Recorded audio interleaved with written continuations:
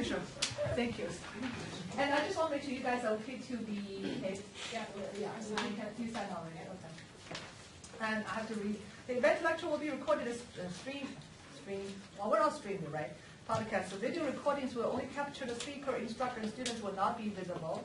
Your voice, however, may be captured if you ask a question. If you do not wish your voice to be captured, please ask me in advance so we can determine an alternative means. You can write the question on your piece of paper, or you can talk to your person next to you to ask questions for you. I think that's it, right? Thank you. So again, I'm Dr. Loretta Henderson. My PhD is in Language Literacy and Culture, which is English education. And I'm Jessica Meyer, and my PhD is also in education, and mine is in adolescent literacy and reading. Did you have Cynthia as a professor? Yes. We share an academic advisor, and my academic advisor is Cynthia Lewis, and I think she walks on water.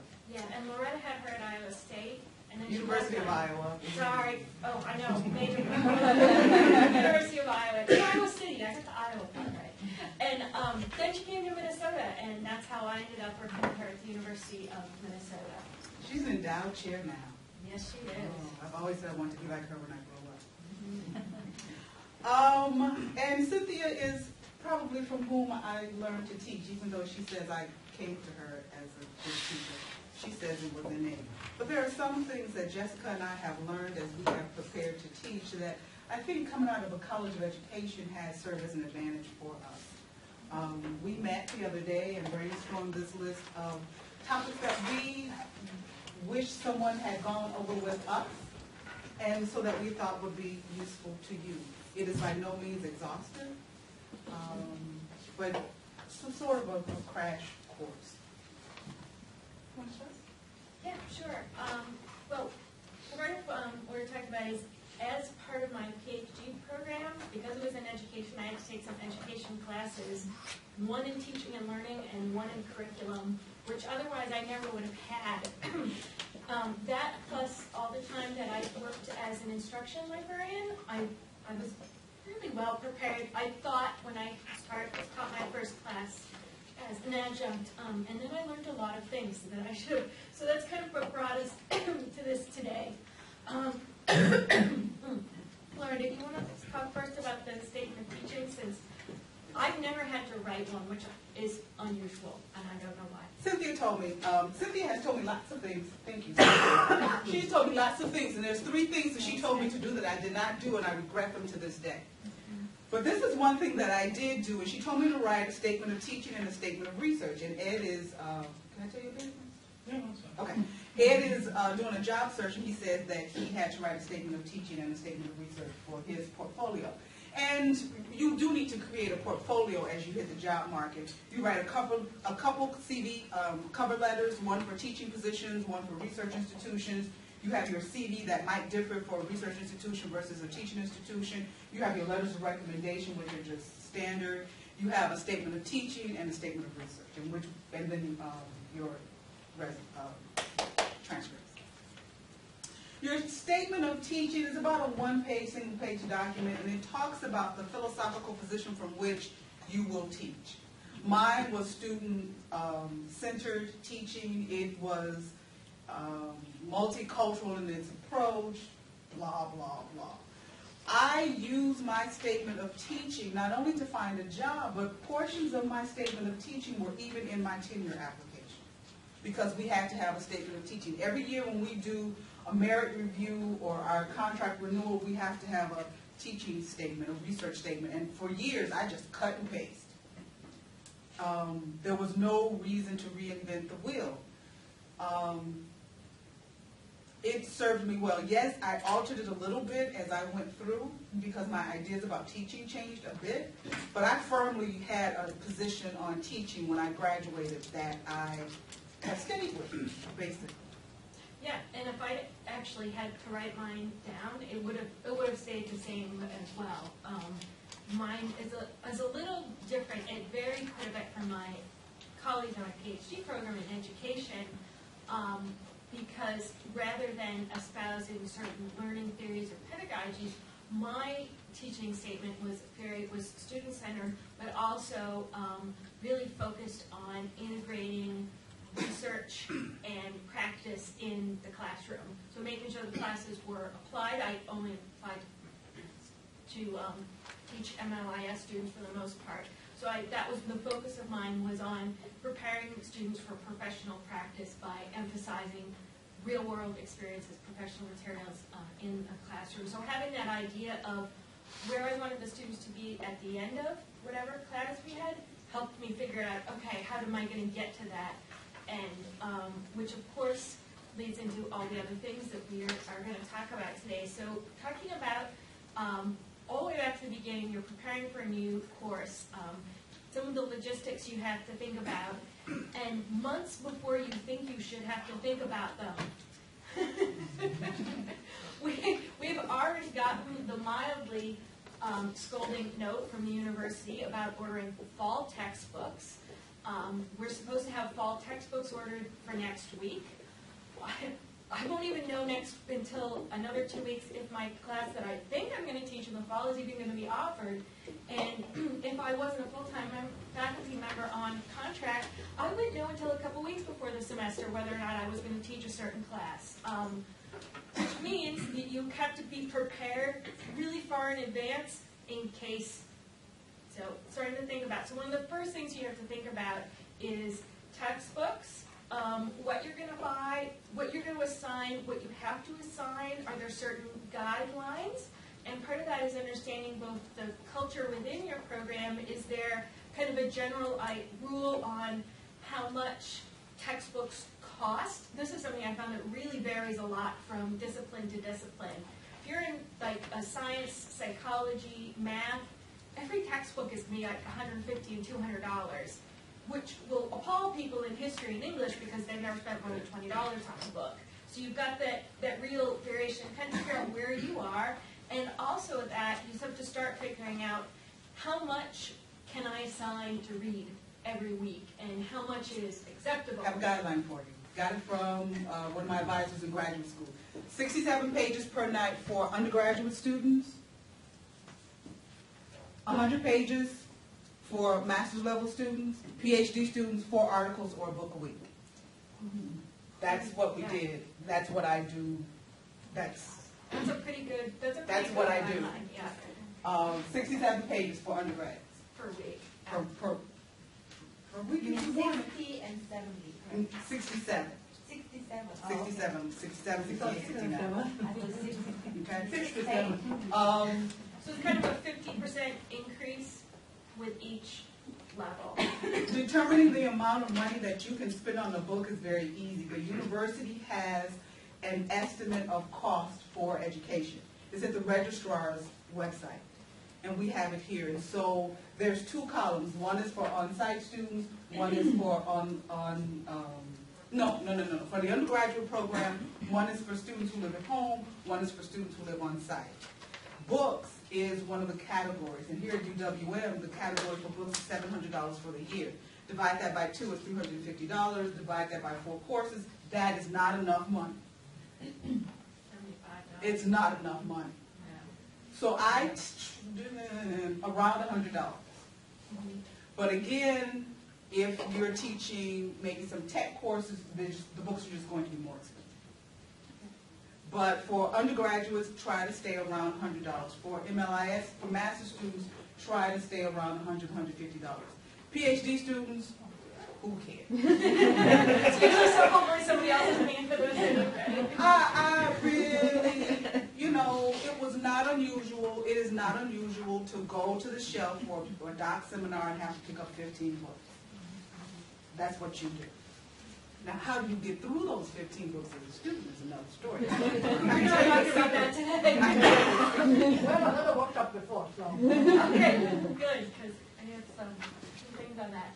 Yeah, so figuring out what you do, and then even then those guidelines are really kind of dependent on the area and content that you're teaching.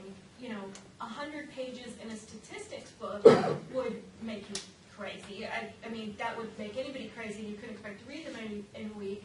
Whereas when I teach classes on leisure reading, my students read at least 500 pages a week because we're reading fiction and nonfiction. They're reading 400 to 500 pages a week. but I expect it to take somewhere in that same similar amount of time. So you have to think of those things as well. And you can also think about, are there materials that you can sign that are open access, publicly available? I have a textbook I found that's done by a psychology professor in Florida that's a great introduction to research methods. It's totally online. I think I may be the only one I use next semester. So you've got things like that. Are you picking resources that they could potentially get from the public library, especially with a literature class, whether it's children's literature, young adult literature, you can, hopefully, students can get some of their books from the public library. Depends on my audience. Depends on my audience. If I am in librarianship, yes, librarians borrow books. So now that I'm in LIS, when I look for the literature, I assume that my students will borrow their books from a public library. But when I'm teaching online, I have to take that into consideration that my students may live in a place where there's not a lot of multicultural books, so I have to choose wisely. If I'm teaching in the College of Education, teachers purchase books because they're trying to create a library. So in the College of Education, I have my students purchase their children's literature. And that's one of the things that we have on our agenda, which is the thing after I'm going to tell you this, which is audience. It's about knowing your audience, engaging who they are, and governing yourself appropriately. But before I get there, I want to talk about how do you, as professor, how do you get books of your own? You only have a limited amount of money that you have for your professional development, and you want to use it, most of it in the front end to get your computers, and it's computers, and whatever other technological support you need. That's where a lot of your front end money might go. So you really don't, and then you have to go to conferences. You might need to get some student help to do some transcribing or something like that. You do not have to purchase books that you would use in your classroom. You can get examination copies from most publishers. You select the text that you're going to use, and when you're selecting the text, I have a very different position from Jessica, but I'm older than Jessica by, I don't know, because I don't know her age, and I'm not going to tell her business. I don't care about access. What I care about is choosing the best text. I care about exposing my students to the key researchers in the field. I'm not one who propagates practice. That's not who I am. That's not what I was hired to do. So if it's online and you can have free access to it, that's a lovely thing. I don't care. We're going to read Rothenberg, period. If you have to pay for it, I don't care. But as professor, you can get examination copies. You select your Rothenberg, you go to the publisher. Somewhere on that website, there are examination copies. An examination copy is a copy that you get for free because you're thinking about using that book. Some publishers will ask you to send it back if you do not adopt it. Some publishers will ask you to pay, like I just looked at Princeton. They wanted me to pay $4 for shipping and handling. Some publishers want you to pay half of what the book is. And by the time you pay half, you could have got a copy on Amazon for a penny and whatever. So you make some informed choices. Desk copies are something different. Desk copies are when you have already decided to use that book for your course. You've ordered it through the bookstore and you need a copy for yourself. That's a desk copy. So an examination copy is, I think I might possibly use this book in my course. I need a copy to look at.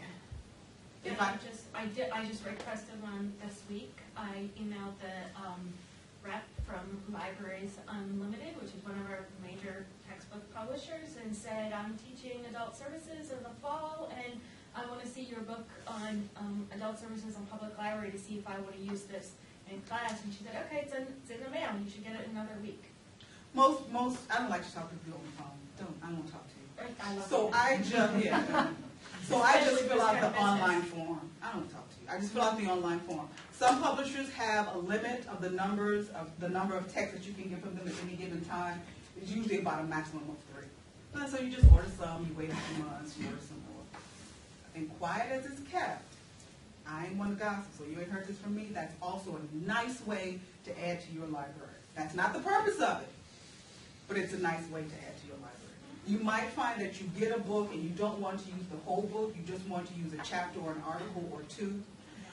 For children's lit, I try to order every textbook in children's lit that's on the field that I think has any merit at all. Because sometimes I need to look at my shelf to get an overview of the field, and I can do that by flipping through some textbooks. So again, examination copies and desk copies are the way that you get your copies of your books. So now we're going to talk about audience, and Jessica has talked about multiple types of audiences. She's talked about science, and she's talked about technology, and she's talked about the humanities. You know, that has value, but probably most of us are going to teach LIS students at some point in time in our career. The way I think about audience is, are you going to a teaching institution like Ed is thinking about? And if that's the case, you have one particular type of student. If you go into a research institution like the University of Wisconsin-Milwaukee, University of Illinois at Chicago, Cincinnati, that's an urban institution, a lot of diversity in your student body. You go into the University of Iowa, the University of Illinois, again, a lot of diversity, but smarter students. But you still got that same low. You still got that same low, but that high is higher. So there's more diversity in your classroom. Harvard, Princeton, Yale, they're all smart, and they're going to challenge you and drive you insane. In a different way. In a different way. You might get tenure, you might be bad, you might make it work for you. But you have to know who your student body is and be able to govern your text choices and the creation of your syllabi accordingly. One of my favorite stories. I had taught at the University of Iowa. I went to Central Michigan University. I'm at the University of Iowa, Iowa City, extremely cosmopolitan. I go to Central Michigan, right here. Detroit is down here, Ann Arbor is down here. I'm an hour away from civilization. So on my children's lit syllabus, I had an international children's lit unit. We're going to watch Whale Rider. It's from New Zealand, it's good, it's feminism, there's folklore, it's fabulous, I love it. Put the movie in, they're like, what did she say? What? What did she say? So I put on, because they couldn't get past the accent, I put on closed caption. Oh, now you want us to read our way through a movie. It was so much, the zone of proximity was so big. The place of where they were and where I wanted them to be able to watch this movie was way too broad. I cut it off, I apologized, and we went from there. And I altered my syllabus to take the international lit off. I told them, I'm sorry, this is my first semester here, I did not understand. Forgive me, we're going to change the syllabus, so I'm taking this off. So what do you want to put in? Okay, we can put that in. And you can, this is my position, this is not Jessica's position. I suggest that you can alter a syllabus if it's a collaborative experience, if it's something that you and the students decide together. And you can allow students to believe that they had more input than they actually did. So for example, if you ask them what they want to do and you have them vote on little pieces of paper, you take it in, you do what you want to do anyway. But they feel like they've contributed to the change, and they feel like they've been heard and affirmed. And that in and of itself is what has the most value. But from my position, and I have a certain personality, which you kind of got. I have a certain personality. So from my position, I have changed my syllabi multiple times. I know it's a contract, blah, blah, blah. But if it's not working, I have changed my syllabus more times than I can count. She has a different position. Yeah, I am, partly from a couple of really bad experiences as a student, I'm a really big believer in the syllabus that you get on the first day actually says everything that you're going to do that semester, and you stick to it. Because for me, students have lives, and it can take a while to get certain materials, to prepare for projects. So having things like, oh, by the way, we're going to change what we're doing these 3 weeks, or do that. I just don't like the whole idea. So but that's me. It also, part of that is because I've taught a lot of required or core classes where you can't make a lot of substantial changes because the syllabus is at least somewhat dictated by school curriculum, ALA competencies, so there's things like that as well to take into mind. I mean, the class that I taught as a doctoral student, I couldn't change a damn thing in it as much as I would have very much liked to, because it was mandated by the state of Minnesota, and actually, like, every detail in it had to be approved by the legislature before we could change. And you never know when you're going to run into that kind of class. So while it's nice to be able to make some adjustments, the one thing I do to do that is I try to leave one class near the end of the semester for not so much catch up as kind of, I always say, like, current trends or future. And that's the chance to kind of talk about where that area was going, touch on any topics we haven't touched on before. And I always try to pull the students a week or two before to find out, okay, what have we not done? What did you want us to do?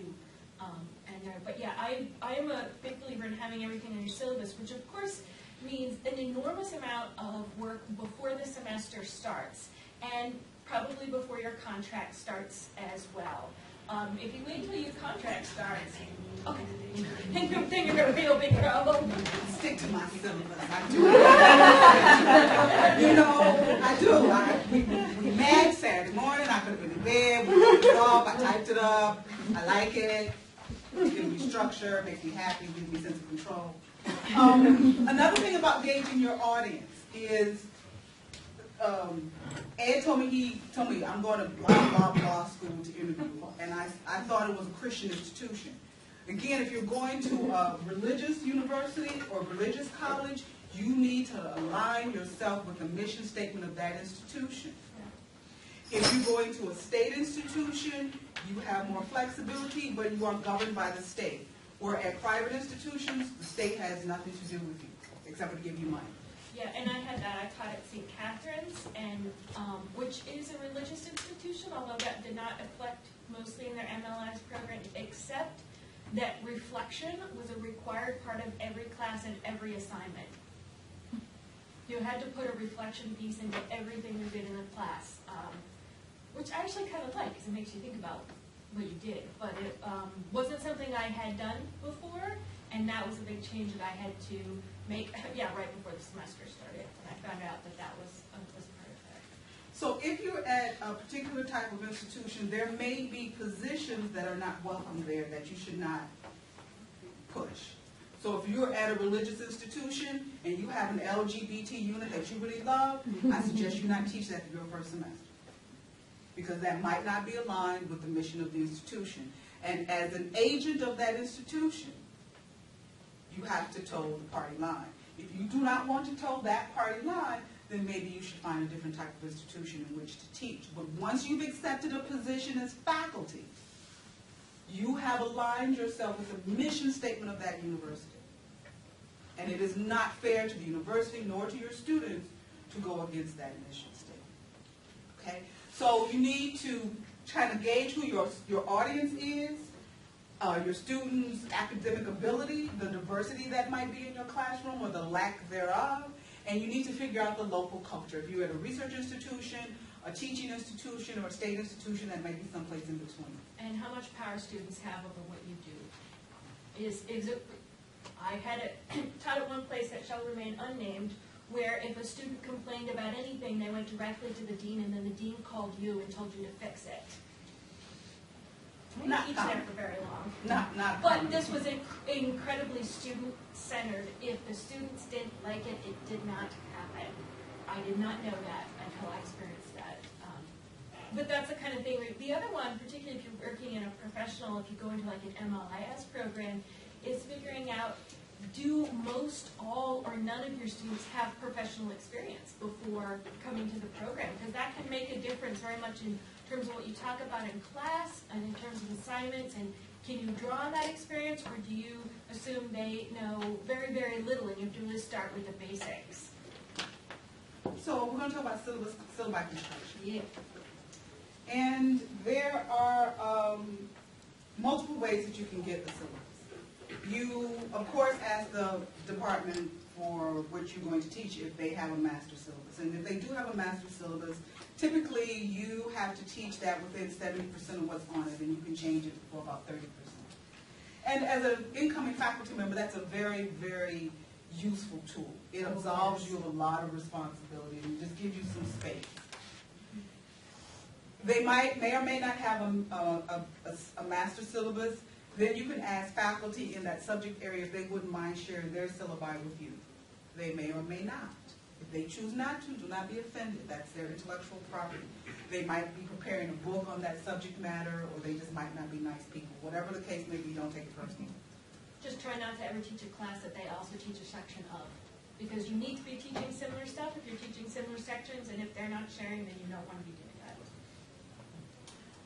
You can go online, Google is my life. But also professional organizations have syllabi bank. So you can go to your professional organization and hunt around, and they might have a bank of syllabi for different subjects areas. So they're easy to get. Also begin to, you will have your professor's syllabi. Ask other professors for syllabi for courses that you think you might teach. I mean, I started hoarding them my last 2 years of graduate school. When professors would teach a course that I thought was interesting and that might help my research, I would ask for the syllabus. Or if it was a course that I thought I might teach in the future, I would ask for the syllabus. And most people will share their syllabi with you. Don't lift their syllabi word for word, but you might get some key readings from it. You might get some ideas from assignments. You might get some ideas from structure and the like. I got a really good discussion rubric grading module that I got from our professor at Dominican, and I asked her, I said, can I put this as is in my syllabus and attribute it to her? She said, absolutely, because it was one of the better detailed, basically all the ways in which you can not contribute to discussions, and which included being disruptive and unprofessional, and I had seen that before. I really liked that wording. So yeah, I didn't just be like, oh, I'll just put this in there. I asked her, then I attributed it to her when I put it in my syllabus. So what to include, of course, your contact information, your office hours. Your office hours, typically you have to do 3 hours in your office. Some people say per course. Some people say 3 hours for the week. It depends upon the... That's very much institutional culture as well. Culture of the institution in which you're going to go. At Central Michigan University was my first job. I thought I was going to work in my office. It was a residential university, and even though my office was down the hall in the service hallway, my students would come and knock on my door. I would go on Sunday. Dr. Davidson, this is Sunday. I just came to pick up this book. So I found that I couldn't work in my office. I found that I had to work at home because I couldn't work at a coffee shop either because they'd find me there.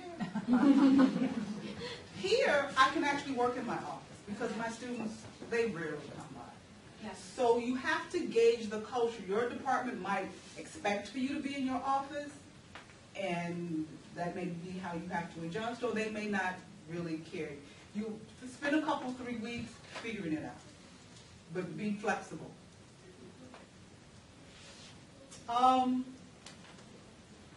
Objectives. The big deal with objectives now that's coming from the feds or coming from the state, and it's coming from up high. And so we here at the university don't have any control over it. But what we have to do now in our syllabi is either take our professional learning objectives, like from ALA, or learning objectives from the university. So for undergraduate courses, we have to take learning objectives from the university, put them on our syllabi, and say what assignments are going to meet those learning objectives and how we are going to assess those assignments. So all of that has to be on your syllabus. These are the learning objectives from the general education curriculum, or these are the learning objectives from the American Library Association. These are the assignments that will assess whether or not a student met those learning objectives, and this is how I will grade those assignments. This is how that assignment figures into their larger grade. That is nothing you have control over. Also coming from on high is a workload statement. I need to look at that. I need to revise on myself. Yeah, I do.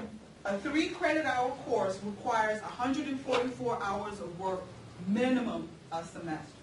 Now, it is Pandora's box. If it's a 3 credit hour course and you put on your syllabus 45 contact hours, 45 in-class hours, or 45 hours online in D2L, then there's 100 hours that you can be brave and not very wise and break down per assignment and say, this assignment will take you a minimum of X number of hours, and then fight with the students who get a bad grade when they can come back and say, I did that number of hours and I got a C. And you said on your syllabus, if I did that number of hours, I would get an A. Or you could put a statement that's far more vague, which is what the university is suggesting, or the APCC is suggesting, that says the additional 100 hours will be met by completing the readings, doing the projects, and doing the research for the course. Doing this minimum of 144 hours does not guarantee academic success. It is something that just has to go on the syllabus. And the way that I think about it is it makes me be more mindful of structuring my course. And that's the purpose of it. It just makes me more mindful. I like the word minimum a lot. And, you know, sets the expectation. Then if you have a week where it's only an hour or two because it's a light week, then everybody likes you and they feel less resentful when it's a big, heavy week because they knew that was the minimum. You know, I love working my students to death. It makes me very happy. Usually for me, I can read 500 pages every week for 15 weeks. So. You know, they look at the syllabus, it's 22 pages, they moan, they groan. I mean, it's a lot of work, isn't it? Like, yeah. You're so smart when you finish. I take it as a point of pride. You know, it's fun. We're going to get in here. I like what I do. And I chose it because I thought it was important to you. And if you don't understand it, I'm going to help you understand it. It makes me happy. So I don't have that, you know, resistance. They come with, ooh, X number of books. They're baby books. They're 5th grade books. How can you complain about reading 4 5th grade books? Come on. But it's what we do with the books that gives the course some substance. You might decide to include rubrics on your syllabi. I would suggest that you wait and include the rubric on once you give the students the assignment. What do you? I, on the other hand, especially after the first semester, I wasn't as good because I needed to figure a few more things out. But from then on, I put complete descriptions of the assignments and the rubrics in the syllabus, and they get that, you know, at least a couple days before the semester starts. And that way I feel like there's no surprises and there's no justification of, I didn't know we had to do this, or I didn't know you were going to grade it like that, because I'm like, no, you had it, it was there. It also helps me organize throughout the semester, because if I know what the rubric is, then I know what it's going to take for me to grade something, and I also can give students much more specific help in an assignment. I feel like this is what I'm going to be looking for, this is how I can help you work out. But I tend to be, in certain ways, extremely organized, so I never grade. I have a rubric for everything I ever have graded for an assignment, because that's the way I grade, and I always give them to the students, you know, well in advance, preferably at the beginning of the semester. Students like rubrics because it gives them a sense of agency.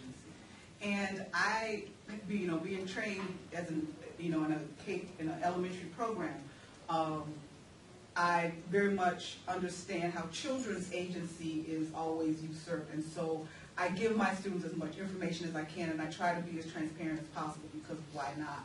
And so the rubric gives them a sense of agency because they know how the assignment is going to be graded. They know that you're going to be looking for X. And so when they write the paper, when they do the assignment, they know what to include and where to put their emphasis in. And so when you grade the paper, you include the rubric that you use to grade the paper. And you should have some narrative. So like for organization, paper is well organized, APA style is followed, 10 points. 8 points, paper is not so well organized, some errors in APA. And so that you're circling a box or checking a box and putting in those number of points. And so then that way you're not writing as much on the paper, if that's the style of grading that you It also helps with consistency, that, you know, every paper is getting the same treatment, even if you are really sick of reading these, or just tired and miserable, or you just don't like the position someone took. That doesn't mean they can get a bad grade, and that can sometimes be a hard thing to, if you're reading it and going, oh, what grade am I going to give this? To go back and go through the rubric and go, all right, let me look at each element and see how well they met that or didn't meet that. And it also helps when you have to, take a lot of points off. You can say exactly why they did not get full credit. And when they know that, they're a lot less likely to complain about it because you already told them. In regards to consistency in grading, I have some very firm ideas. I am far more consistent in grading when I grade all the papers together. Oh, yes. That is exactly why I do not grade late papers. If I grade them in two different sets, I'm usually harder on the first ones and less stringent on the next ones, where I'm easy on the first ones. I get mad because I got garbage, and I get more stringent on the second ones. It is not consistent grading. I also do not grade my students for whom English is a second language in the same batch in which I grade my English language speakers. It is not fair. I need to get some space and some time away from the native English speakers and grade my students who are not native speakers. Now, this is not to say that I grade them easier. It's to say that I know that there's some grammar patterns that happen for people who come from other countries. And they're consistent. They're consistent. And I can, if I have a fresh lens, I can dismiss that and look at content. And it is much more fair, I believe. So, on your syllabus, you will have your assignments. As you give as much or as little information about your assignments as you decide. Having taught education majors who are elementary education majors who are some high-strung people. Oh, they're in secondary ed too. They're crazy high-strung. So this is why I put everything I've ever thought of in the syllabus at the beginning of the semester. We lied about you.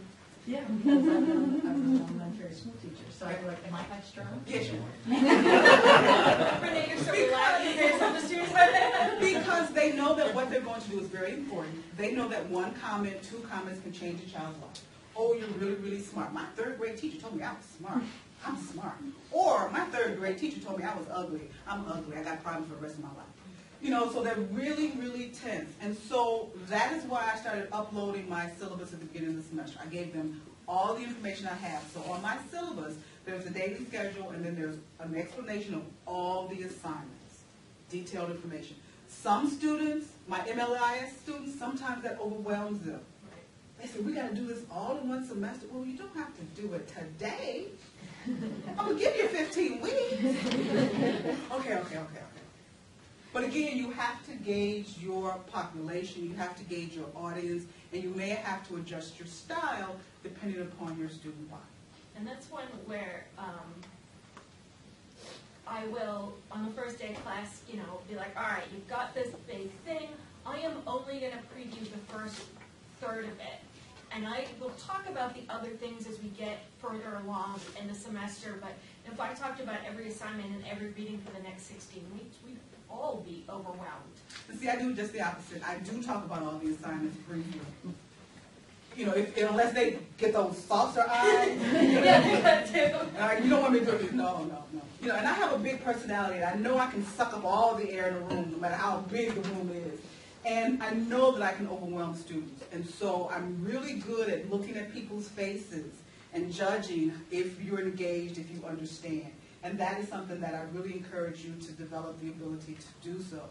Because MLIS students, education students, tend to be quiet. And you need to honor those who are quiet, but still make sure that they're engaged. Those who do not speak English as a first language will be shyer about talking in class. But, on the other hand, don't let that fool you when they don't do their work.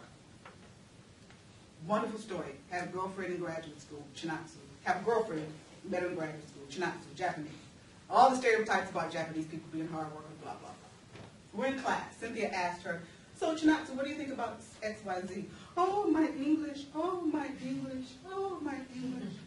Chinatsu teaches Japanese as a foreign language. Her English is better than mine. She teaches English grammar. Oh, my English, oh, my English. At break, Chinatsu, what was that? Girl, I didn't read. Oh, lazy girl. She was the laziest person I knew in graduate school. you know, don't get confused. Honor your people as individual, honor your students as individual people, and check in with them, but honor them as individual people. Yes, sir? I was wondering if you could talk briefly about FERPA. I was going to do that last. But thank you. No, FERPA is the Family Educational Rights and Privacy Act, and I have a link to the website on the resources page. FERPA training is something that you will do as a new faculty member. You'll get an email, and it'll be this online question and answer type of quiz. And Iris was referencing FERPA earlier. FERPA means that we have to honor your privacy. What it means to me most as a professor, that I have to honor your privacy. That if somebody calls me and asks me if you came to class, what's your phone number, to give you a recommendation, I cannot do that without your permission. I cannot send a mass email where I'm talking about your grade to the students. I cannot post grades at all, by anything, at all. You can't create a website that's publicly available that students are identified as being in the class unless you have their permission to do so. This one is one that comes up most often in LIS classes because we want to create like a wiki or a blog or something. And then you cannot punish those students who choose not to participate. No, you have to respect that. What it looked like for me at Central Michigan University was the university was considering purchasing TurnItIn.com. And we got sued because the students said, you are requiring me to publish my paper, my intellectual property, with a third party over whom you have no control. And the only way TurnItIn.com works is if I require my students turn it into them, and then I get a copy from TurnItIn.com. That was an infringement of their FERPA rights. We got sued, we had to let TurnItIn.com. But the thing that faculty is most often in violation of is sharing grades with other students and sharing your private information with other students. And that is how we want to be mindful. So that is why Iris said, if you don't want to share your concerns now, email me, come by, give me a phone. And like you may have a student who turned in a really awesome assignment that you want to keep a copy of because you want to show it as an example. You can do that only if you get their explicit permission to do so. And take their even without identifying their, information yeah. off of the document. Yeah. So. And the other thing, and this happens much more with undergraduates, is parents don't come to college regardless of what they may think. And this is my very favorite thing about working with college students. I never have to talk to a parent. They can ask all day, and I don't have to talk to them until the student gives me explicit permission to talk to a parent. Depends on the school. I don't talk to parents. Depends on the school. I taught at a small Christian institution. It was church-based. The families contributed a lot of money. These kids went to elementary, high school, college within the same faith. I could play Dutch party bingo like the next Dutch person. And so when so-and-so called, I knew that that name was the reason we had that building. Yeah, I don't let that So confuse me. it depends on the context. It depends upon your audience. So depending upon what the parent was asking, I would transfer it to the Dean of Student Development. You know what? Let me transfer you to Dave. I'm gonna let Dave take care of it. Because I could not tell the Heisingers who owned Waste Management System and gave X number of thousands of dollars to the university every year. No, I can't tell you that. I know it's FERPA. I know that's the law. I also know how much money those people get. Yeah. So you have to gauge your audience. Don't get confused. But don't break the law, but adjust as you have to within the university in which you are. Again, know your audience. And when you're at those more elite institutions, you will have students who are famous. I had two of Gandhi's grandsons working for me at the Library, University of Illinois. They had like a whole family connection there. So that's the kind of thing to know.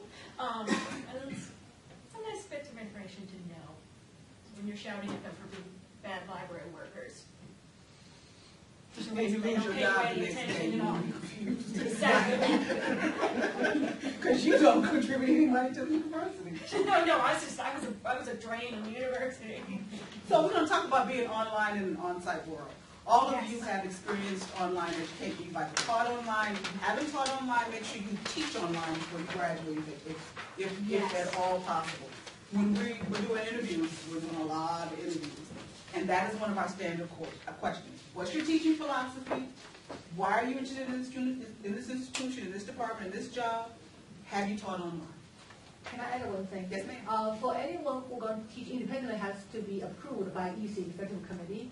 And normally EC only allow you to teach on-site first, if we can teach online, just the general. So govern yourself accordingly. Don't wait until.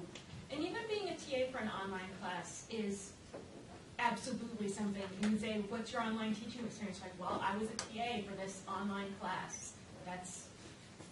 It's better than not. Oh yeah. But it's better that you have your own course, if you can make that work for you. You have questions, you're scratching? Okay. You have to figure out, according to your institution, where do you put all these articles and videos that you're going to have your students use. According to Michael Zimmer, he recommends that we not use social media. It is best, according to Michael Zimmer, that we put all our material on whatever teaching and learning software package the university has, Blackboard, Moodle, D2L, or you put it all at the university's library. And both of those are behind, they can't be accessed unless they're by a student or other person who has authority to access that. That's the no public access. It gets you out of a lot of copyright, public, all kinds of things. It will take you a little while to do that work. It takes you a little while. But put everything in one place. Either put all the articles and videos on D2L or put them all at the library.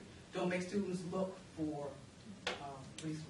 And in my world, if they're MLIS students, I'm going to make them look for stuff because they're going to be librarians and they better be able to find it. Choose your battles. If you can't find a full text journal article that our library subscribes to. Choose the hill you go down. If that's the battle you want to fight, I choose to fight some other battles. Choose, but you can't fight every war. You can only die once. Choose your battles. The university may or may not have mediated classrooms. The mediated might be stable. It might have to move. You might have to bring your own laptop with your own projector to make something happen. Be flexible. And preferably find that out as far in advance as Yeah, possible. but they might tell you something in the room change and you don't have the room that they thought you had and you still have this video on your syllabus and you got to show. Yeah. Or I'm particularly thinking about whether or not you want to have a computer lab or computers in the classroom for doing in-class activities. Are they going to, if you build in-class activities into your syllabus all semester, and then you don't have access to that, you're in a classroom where you're supposed to have Wi-Fi and it turns out it's in a bad corner of the building and no one can get on the internet? Punt. Figure it out. Figure it out. Change the syllabus, have them do that stuff at home. We're going to come into class, we're going to do something else. Maybe cut class time and give them more time in the lab to do those assignments. Punt. Because your university, your department may or may not have control over classroom assignments. Here in SOAS we do, LNS they don't. They may have, when they told you they would, they meant it. Really? But things change, and you going and complaining just stresses you out. I mean, you go complain, I complain, don't be confused. But at the end of the day, you still have to teach your course. And the students don't want to hear about what the university did, and they don't care.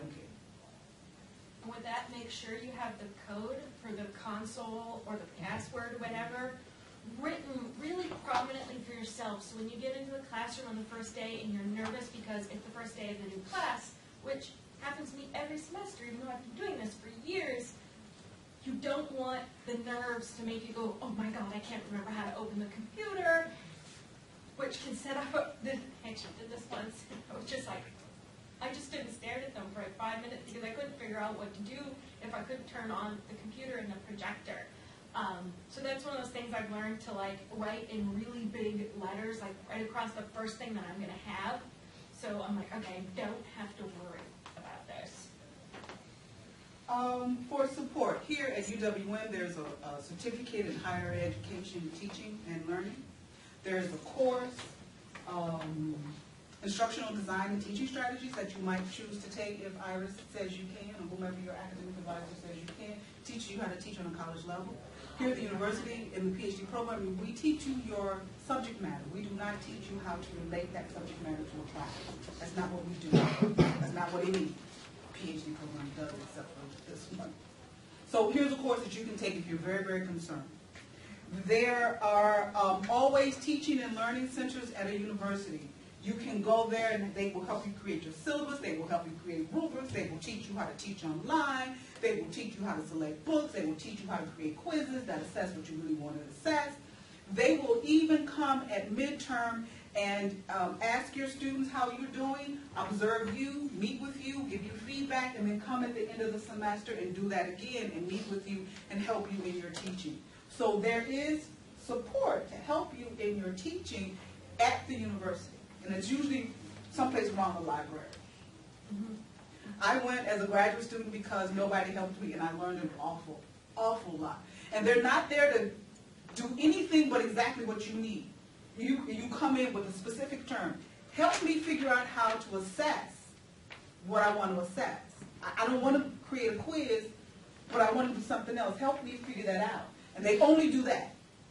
They don't give you a bunch of stuff you don't want. Whereas the class will do, kind of cover all things. It will help you prepare a syllabus, talk about assessment, talk about assignment developing, reading, you know, kind of a more general how to prepare to teach in higher education. There are professional organizations for professors who are concerned about their teaching.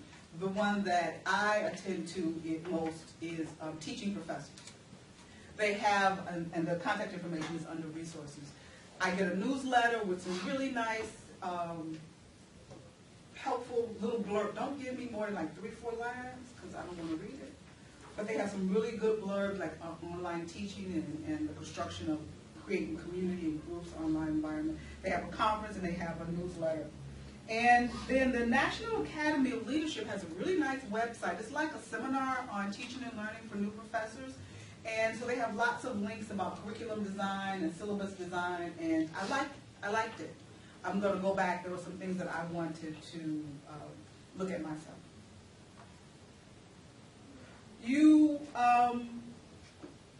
Before I remember one thing I wanted to add.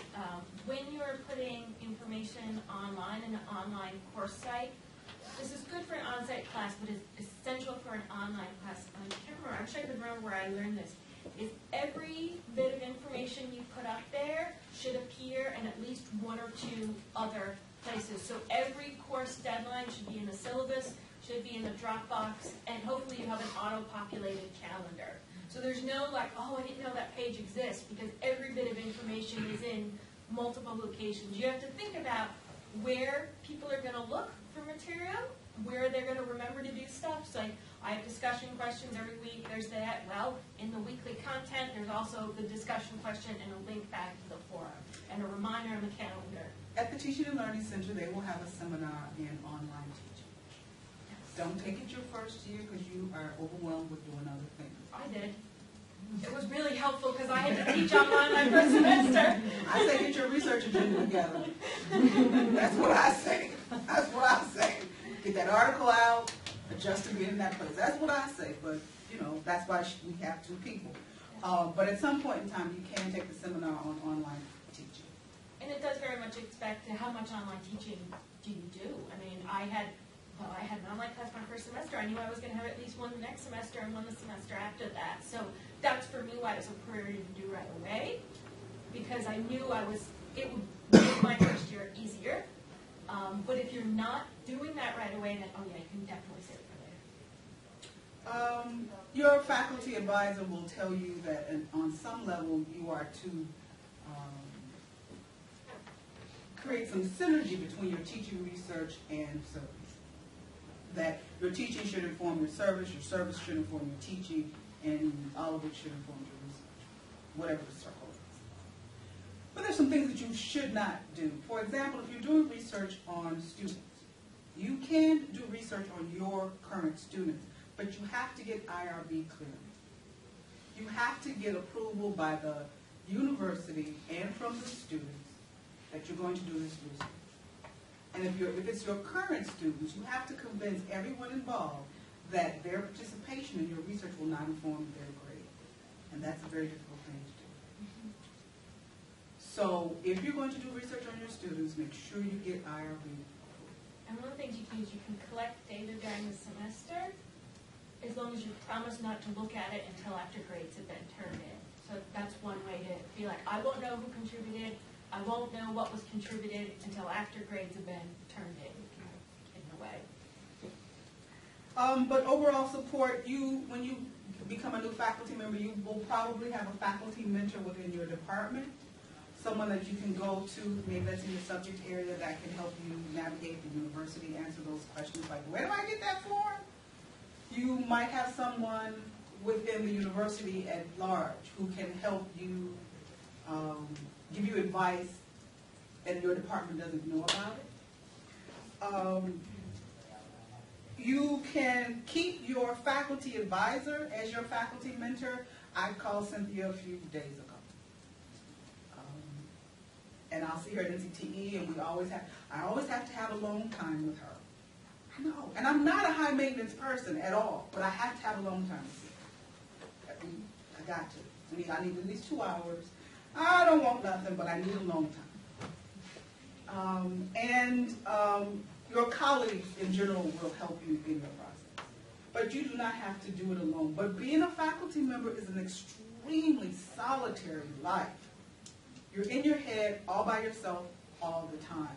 And so keep your relationships with your peers now, because it will give you that solace that you need. You know, they talk like you because they took the same classes with you. And you'll see them at conferences, and it'll be wonderful to see each other. So try to keep those relationships. And they will be a wonderful form of support. Yes, exactly. and get to know other people in other departments who started at the same time as you did.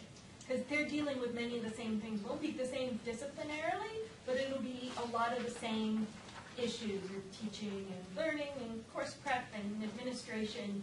And it's really nice to have someone, particularly if you didn't have other people in your department that were hired at the same time. I have like a little mini cohort. Me, Will, Kim, and Rakesh were all hired at the same time. But I also try to know other people. I was hired by myself. Yeah. I'm in an academic area by myself. Nobody studies what I study. And so I have to have relationships at other institutions for that intellectual stimulation. And I did meet someone at faculty orientation who I accosted and made her be my friend. And we're still friends. And it is a wonderful form of solace. So questions, concerns, comments, angst. Nobody don't get tests, so. Concerns, fears. Something you liked, something you didn't like. Something about teaching. I'm sorry, Ada. Something about teaching that elementary majors are really afraid of is when you ask a question, look at the clock and give yourself 15 seconds before you start getting nervous. I hate it when people ask a question and after like 2 or 3 seconds nobody answers and they start talking.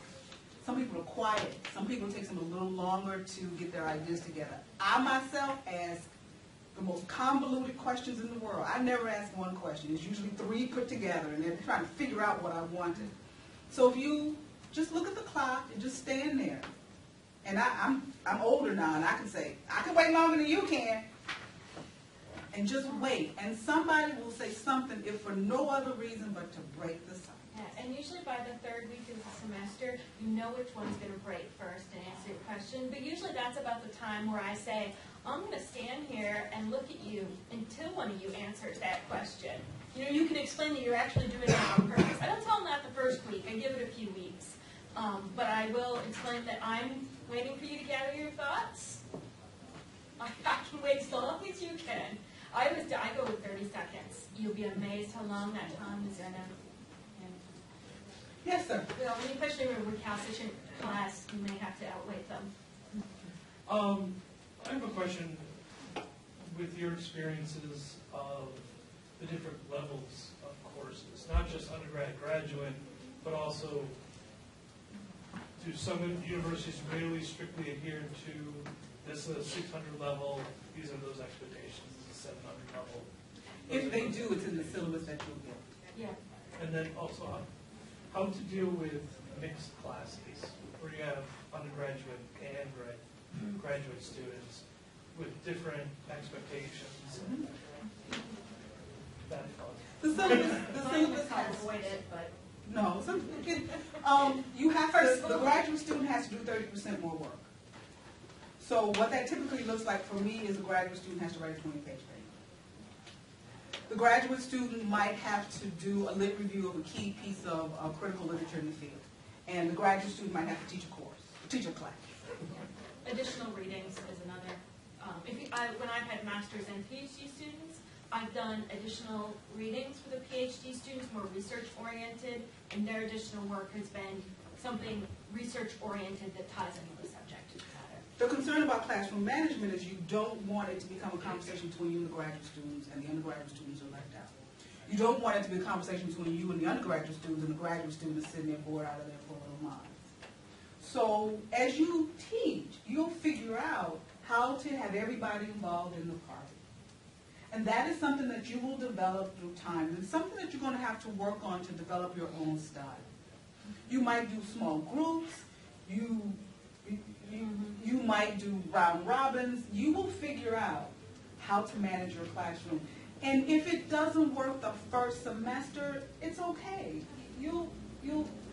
And I still beat myself up after some classes. I'm like, oh, that was awful. The best thing that somebody ever told me is don't expect to have really figured out how to teach a class until you've taught it 3 times. Logistically, what that looks like is if you teach a course and you're going to teach it again, do not change the syllabus. Even if there was a rough spot, knowing in and of itself that that was a rough spot will change it. And then Do I not wait till change the the third time before I go back and I'm like, all right, now it's time for some changes.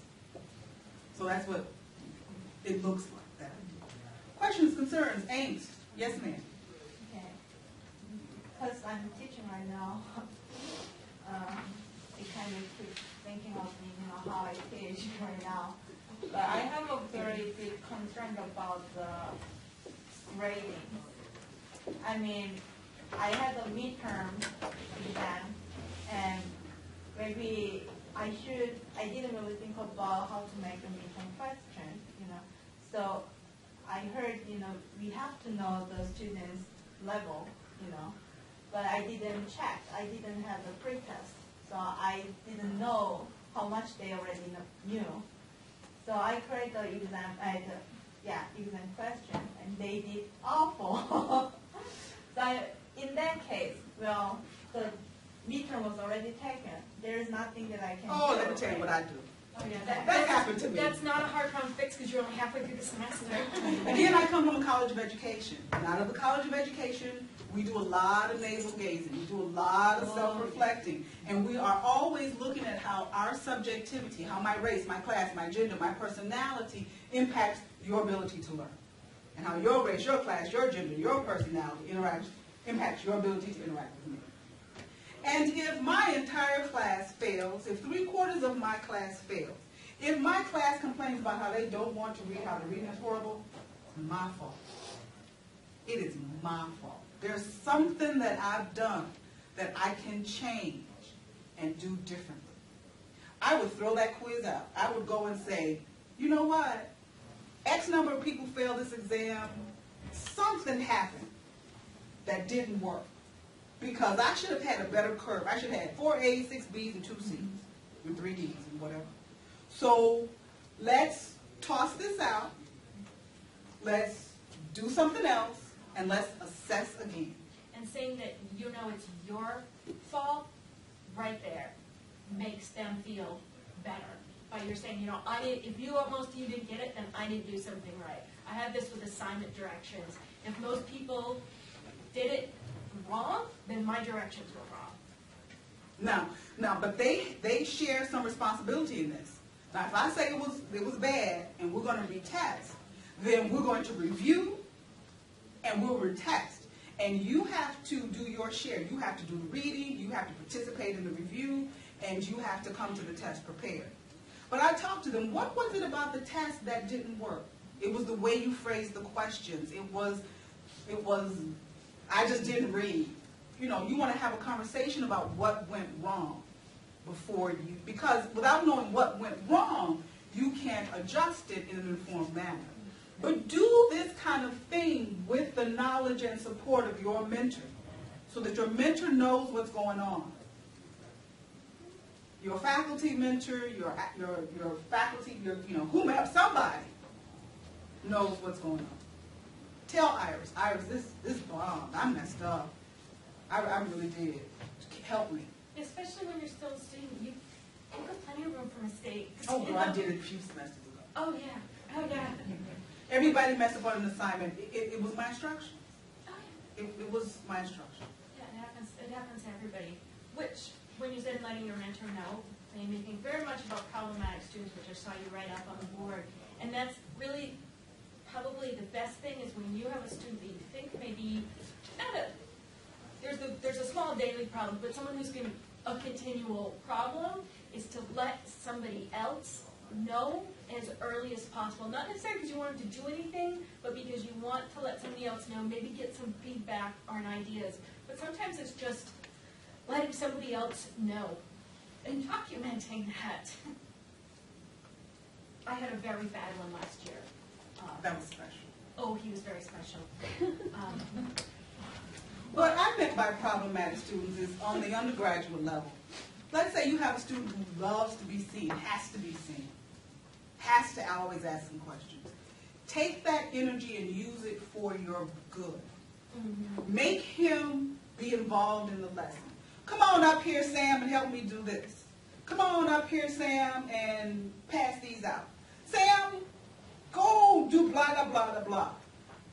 When I'm teaching undergraduate rhetoric or literature courses, what I'll do with a classroom full of those people is we play Jerry Springer.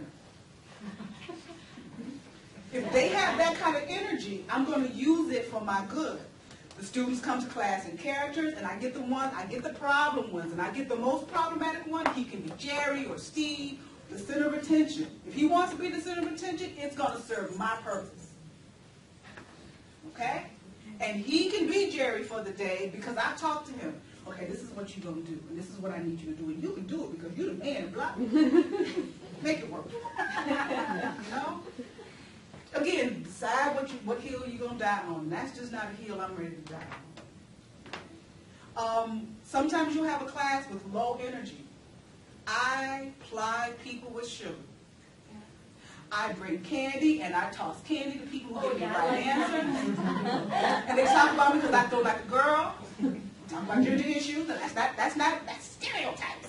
Because I throw it and it falls or whatever. And 10 minutes in, that sugar kicks in. And they've got energy. And I make my students get up and move a lot. Yeah. And part of it is especially to break up, if you've got one of those 2.5-hour, 3-hour classes, and, after, especially in the evenings, about 45 minutes in, I can see they're just drooping.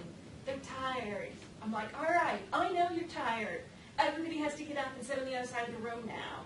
And they look at me like I'm nuts. And I'm like, yeah, you have to move, so go, move. But it just, that whole getting up and active moving, just wakes them up a little bit more so we can get through the rest of the class. And if you're teaching a subject or even a week that's a bit dry, that can really help.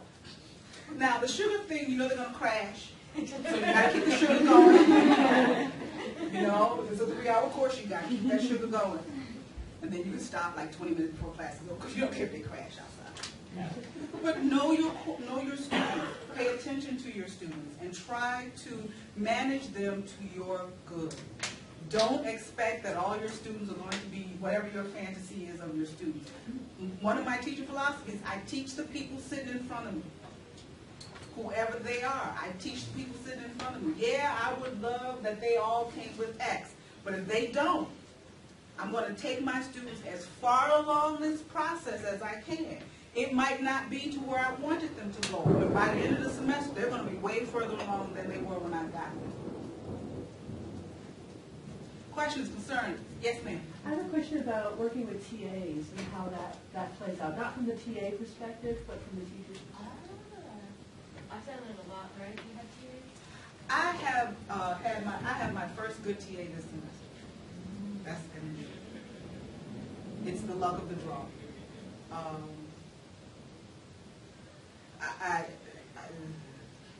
When I'm working with TAs, I think a couple of things. First, do I really need one? Second, is it actually going to save me time or cause me more work? I want one, but it takes, if you don't have that experience of managing somebody or you get not very good at it.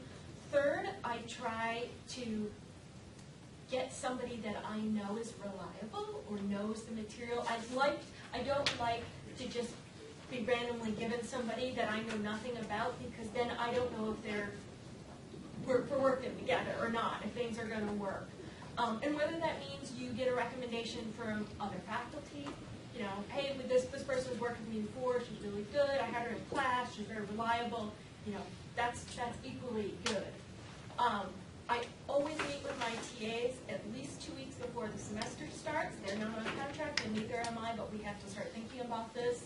I make sure they have the textbook, I make sure they have the syllabus, and I talk very explicitly about what I expect from them, how I expect the process to work, when I want them to do it. I find out, is that going to work? It's usually a couple-hour conversation, as we're figuring out the whole process. And then the next step is figuring out, does this person need to be coming to class with me every week? Do I need to have them in the classroom every week? Do they need to participate? Do they need to be aware of what's going on? Or can they be, you know, working kind of on their own?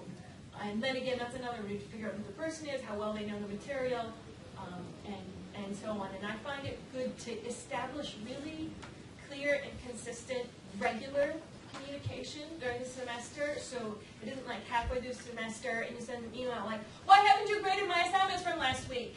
Yeah, that's no good for anybody. Definitely happens. You've got to kind of remember, that's why I figure out in the beginning, is this schedule going to work for you? Look at your classes and figure out, do you also have a really big paper due that week? Then I say, okay, can I move this up or back a week, one way and the other direction, so that I'm not asking someone to grade 30 long papers on the same week that they have to turn in something big. And that's where, I feel like if we've been talking on a semi-regular basis all semester, kind of let me know. I think to my TAs as human beings, not everybody does. I think that you should be mindful of what your role is as an instructor. Your job is to deliver the material. It is not your TA's position to get up and lecture for you. So you create the syllabus, you deliver the material. Yeah, the only times I've had TA's lecture is if they know more about something than I do. Like for one day, I said, this afternoon, I know you know more about this than I do because this is your area. Would you be willing to talk to us? I never say you have to. I said, would you be willing to? Because they're an expert in that. You give your TA clear tasks, and the tasks need to be accomplishable within the hours that he or she is working. So the TA grades the papers, they know how many papers are going to come in, they know that they're solely responsible for grading the papers, and respect your TA for, as a graduate student, that they're bright. Don't go, you know, if you want to, if I grade the papers and you're going to go behind me, then why did I grade the papers? You know, you belittled me. So a very clear task of what you want them to do. And have it be beneficial to you. It has to be something that frees you up to, again, go back to your research. Support your TA in this instruction. So again, if they're grading papers, make sure they have a rubric. Make sure you've talked about what's important to you. Why you have this assignment, what you want students to get out of this assignment, and how you want it graded. What things you're not so worried about, but what points are very important for them to get. So I'm going to say, just for example, Anne graded 501 for me last year, and I said, absolutely nail them on everything APA, the first two assignments. They have got to learn this. Every period, every comma, every capital. That was, it's a tiny part of the grade, but I'm like, this is something I really want them to get. Yeah, right, APA, right, I'm like, that's the thing that you can do. If they haven't had you in a class and they don't know your personality, make sure that they relate to your students in the way that you want your students related to. I come out of education, support, love, happiness, kumbaya, but I'll get you in grade. I tell my students first day of class, I'm very easy to get along with, I'll kill you in grades. I'll kill you on that paper. So make sure that they're interacting with your students in a way that's appropriate, that you think is appropriate. Support the teaching assistant. Give them what they need to be able to do the work. Give them the support that they need and give them the access to you that they need. They want some of your attention because this has to be to their benefit. As well as a learning experience. They need to learn how to teach, they need to learn the subject matter as well as they need to make their money. But it needs to be of some benefit to them as well. And make sure that they're accountable. And so for them to be accountable means you have to check up behind them. But don't check up in a way that belittles them. Right, so that's the other one thing is I would say grade everything. This was a great thing about D2L. We grade everything in D2L, but we hit it from the students. And then I could go back there, review anything, make sure it matched up. Then we could have a conversation if there was a mismatch before it went out to the students. So I made sure we were on the same page before it went out to anybody else. And that's the first professor I ever worked for. The greatest thing he ever did for me is he said, I've got your back. He's like, I know you know what you're doing. I know you know this material. I've been working with him for several years. He's like, I know you've graded fairly. So I'm going to sit with you in the office hours, and no matter what they say, I'm going to support you. And that was incredibly helpful because I was 20 years old. I had 150 students. They were all in the military, and they all wanted to stand up, loom over me, and call me ma'am, and they were older than I was. And I was telling them how their research papers weren't very good, and this was a required class. But I knew that he was going to be there. He was there, and he sat beside me.